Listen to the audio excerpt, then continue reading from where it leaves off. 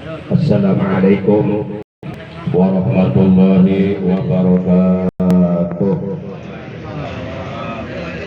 Alhamdulillahilladzi khalaqal mauta wal hayata liyabluwakum ayyukum ahsanu amala.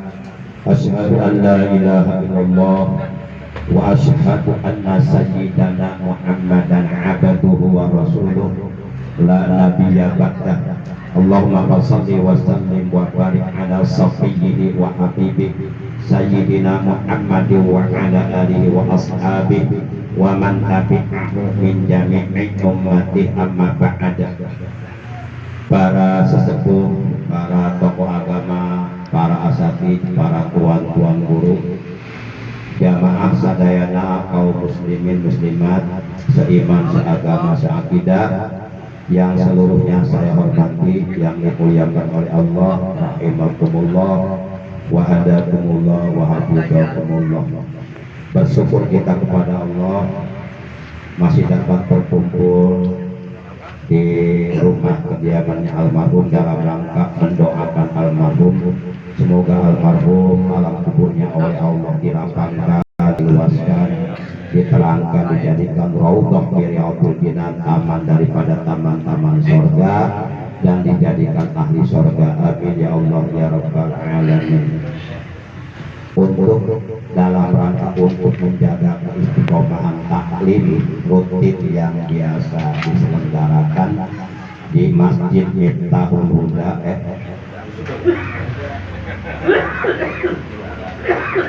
Nurul Huda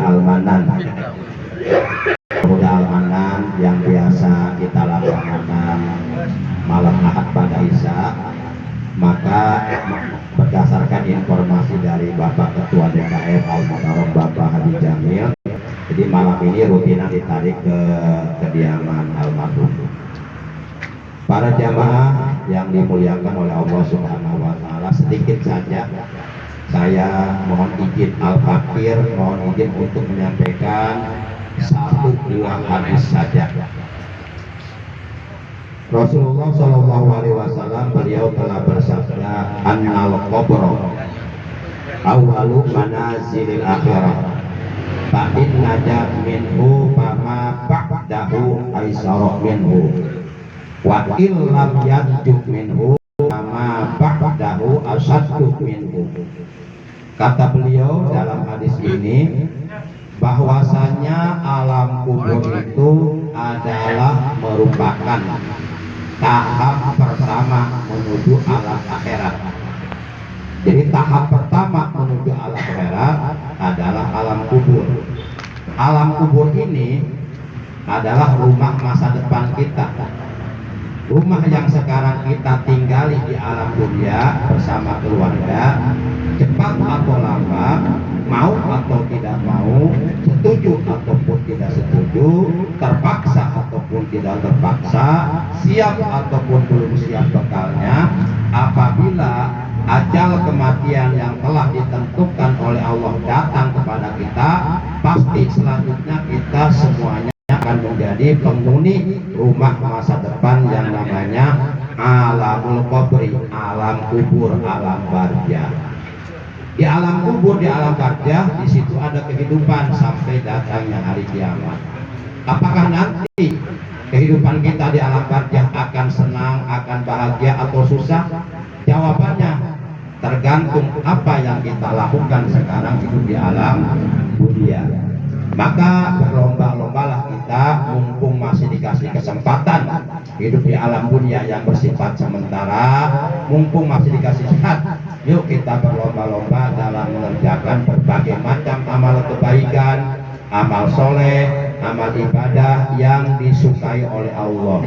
Karena itulah yang akan menjadi bekal kita nanti hidup di alam kubur, di hari kiamat, dan di alam akhirat. Para jamaah yang dimuliakan oleh Allah Subhanahu wa taala, annal qabra awwalu manazilil akhirah, bahwasanya alam kubur itu adalah merupakan tahap pertama menuju alam akhirat. Kata Nabi, fa inna jaminu fama ba'dahu aisara minhu. Maka jikalau seseorang di alam kuburnya selamat, mendapatkan nikmat kubur, alam kuburnya diluaskan, dilapangkan, diterangkan, dijadikan taman daripada taman-taman sorga, karena dia masuk ke alam kubur membawa amal soleh yang banyak, membawa amal kebaikan yang banyak, membawa amal ibadah yang banyak, membawa bekal yang banyak. Maka pamak ba'dahu aisara minhu, maka orang tersebut menuju tahap berikutnya ke alam akhirat sampai masuk ke surga itu akan selamat kalau di alam kubur selamat. Sebaliknya kata Rasulullah Shallallahu Alaihi Wasallam, wa illam yanju minhu pamak ba'dahu asaddu minhu. Dan jikalau seseorang di alam kuburnya tidak selamat, artinya mendapatkan azabul kubri, mendapatkan azab kubur, mendapatkan siksa kubur, karena ia masuk ke alam kubur membawa amal keburukan, membawa amal sayyi'ah, amal jelek, membawa dosa yang belum sempat ditaubati, membawa dosa yang belum sempat diampuni, apalagi kalau matinya dalam keadaan su'ul khotimah. Maka tentu di alam kuburnya ia akan mendapatkan berbagai macam siksa kubur yang sangat menyakitkan, yang sangat menyusahkan. Jadi alam kuburnya oleh Allah akan dijadikan hufrah min hufari niron, lubang daripada lubang-lubang api neraka. Orang tersebut menuju tahap selanjutnya, tahap berikutnya ke alam akhirat juga akan mendapatkan azab yang lebih berat lagi kalau di alam kuburnya mendapatkan siksa kubur. Apakah azab kubur itu ada, nikmat kubur itu ada? Menurut pendapat para ulama yang berakidah Ahlus Sunnah wal Jamaah berdasarkan keterangan berbagai macam sumber hadis bahwa azab kubur, nikmat kubur itu ada. Apakah nanti manakala kita mati masuk alam kubur akan mendapatkan nikmat kubur atau azab kubur? Ya tergantung kita ke alam kubur bawa apa? Bawa apa?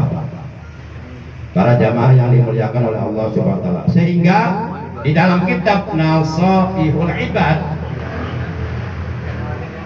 Al-Khulafaur Rasyidin yang pertama yaitu Sayyiduna Abu Bakar As-Siddiq radhiyallahu taala anhu, ia berkata, man da'alal qabra bila zad la bila amalin sholihin maka annama raqibal bahra bila safina. Man sing saha jalma dahola an absuk ieu jalma al qabra ke alam kubur, barang siapa mati kemudian masuk alam kubur bila zad tanpa membawa bekal.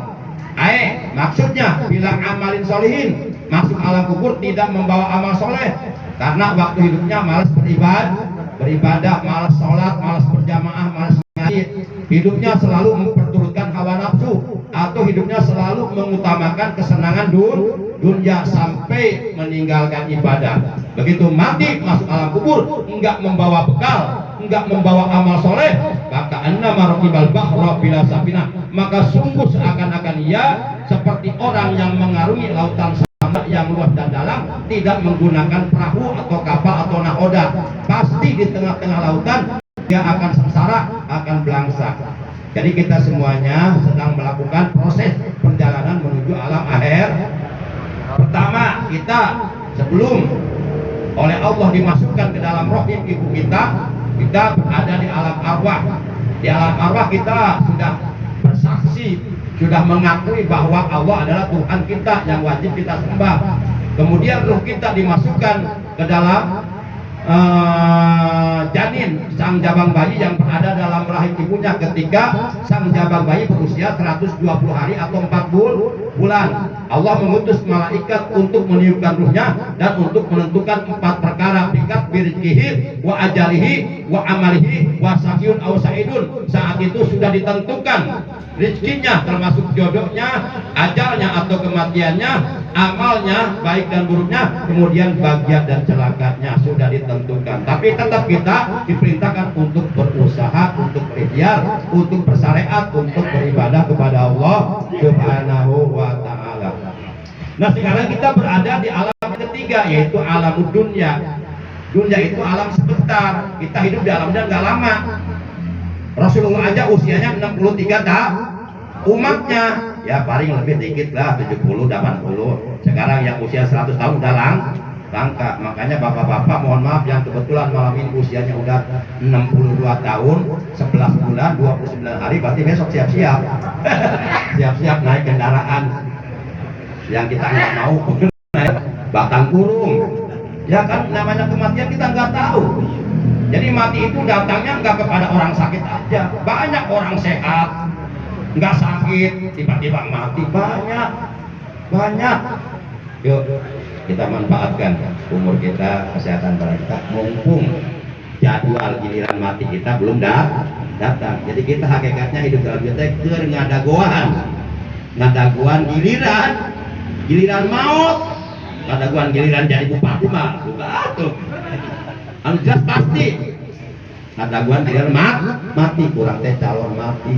Yuk siapkan bekal ka ayeuna ulah katakan ge di akhirat anjakal paman sakulat mawajinu faulaika humul muflihun wa man khaffat mawajinu faulaika alladziina khasiru anfusahum. Kata Allah dalam Al-Qur'an, maka barang siapa yang berat timbangan amal kebaikannya, yang banyak amal kebaikannya, yang banyak amal solehnya, yang banyak amal ibadahnya, maka mereka itulah orang-orang yang akan beruntung di alam akhirat. Mereka oleh Allah akan dimasukkan ke dalam sorga, dan di dalam sorga mereka akan menerima berbagai macam pahala besar, pahala mulia, pahala agung yang telah dijanjikan oleh Allah untuk orang-orang yang beriman dan beramal soleh. Dan barang siapa yang mati dengan tidak membawa amal kebaikan, mati membawa amal keburukan, sehingga ketika di hari kiamat ditimbang amalnya di al-mizan,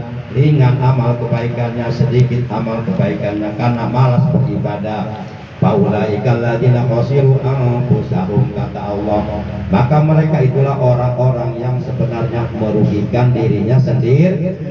Maka jadilah kita orang-orang yang kuat, orang-orang yang cerdas, orang-orang yang mampu mengendalikan, mengalahkan, menaklukkan hawa nafsu, dan kita istiqomah beribadah kepada Allah sampai ajal kematian datang merenggut nyawa kita. Mudah-mudahan meninggal dunia husnul khotimah. La ilaha illallah, la ilaha illallah, la ilaha illallah, Muhammadur Rasulullah, la ilaha illallah, Muhammadur Rasulullah. Sekali lagi, la ilaha illallah, la ilaha illallah, la ilaha illallah, la ilaha illallah,